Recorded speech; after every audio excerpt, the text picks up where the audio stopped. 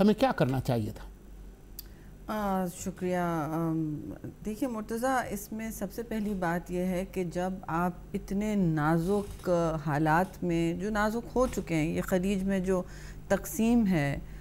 مسلم امہ میں، یہ پاور پلے ہے، اور جب اس خطرناک خلیج کا آپ اگر کہیں حصہ بننے جا رہے ہو تو میں سمجھتی ہوں آپ کو بہت ایک کلیئرٹی سے اور پھونک پھونک کے قدم رکھنا ہے. لیکن آپ کو سب سے زیادہ ضرورت اس بات کی ہے کہ آپ کی ساکھ جو ہے وہ بالکل اس وقت انٹیکٹ ہو، یعنی کہ جس کا اقتدار کا تختہ ہی ڈاما ڈول ہو اور ہر ہوا کے جھونکے سے ہاؤس آف کارڈز کی طرح ہل جاتا ہے. تو ویسے ہی آپ کی ایک جو لیجٹمیسی ہے، جو ضروری ہوتی ہے آپ کی اعتماد سے، خود اعتماد سے اپنے ملک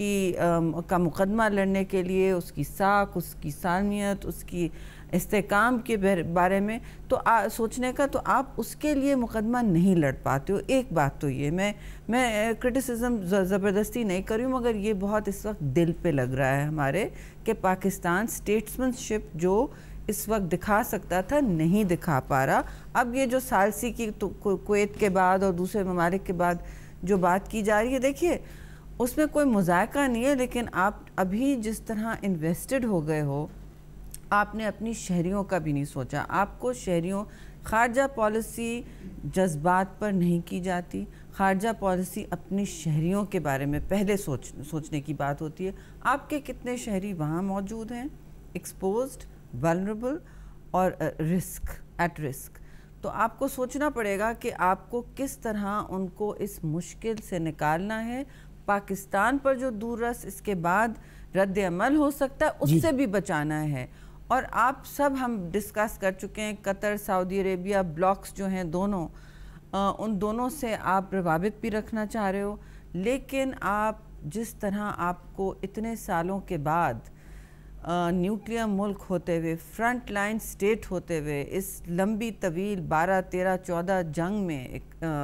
ٹیررزم کے خلاف آپ کو وہاں پیچھے کی رو میں سعودی عربیہ میں رکھا گیا. میری حکومت نہیں تھی، میری پارٹی کی نہیں تھی، مگر میری ملک کی تھی، اور ملک کے باہر پرائم منسٹر کی ذات اور وہ آپ کا ملک کا جھنڈا ایک ہوتا ہے. یہ بات ان کو شاید سمجھ نہیں آئی ہے، جہاں وہ اپنی ذاتی باتیں کرتے رہیں یا جو بھی، مگر یہ لگا ہمیں دھچکا دیکھ کے. اور میں یہ کہوں گی کہ ان کو پہلا قدم یہ کرنا چاہیے تھا کہ پاکستان میں اپنی ساکھ جو ہے وہ مستحکم کریں، یا جو بھی قدم انہوں نے اٹھانا ہے، یا وہ ہٹ جائیں سامنے سے کہ وہ اتنے متنازع ہو گئے. یہ تو پھر جی آئی ٹی میں ڈسکشن چلا جائے گا، مگر فارن پالیسی کو، خارجہ پالیسی کو آپ ڈی لنک، آپ علیحدہ نہیں کر سکتے اپنی ساکھ اپنے ملک کے ڈومیسٹک حالات سے. اور یہاں انتہا پسندی کا بھی جو اس وقت بڑھتا ہوا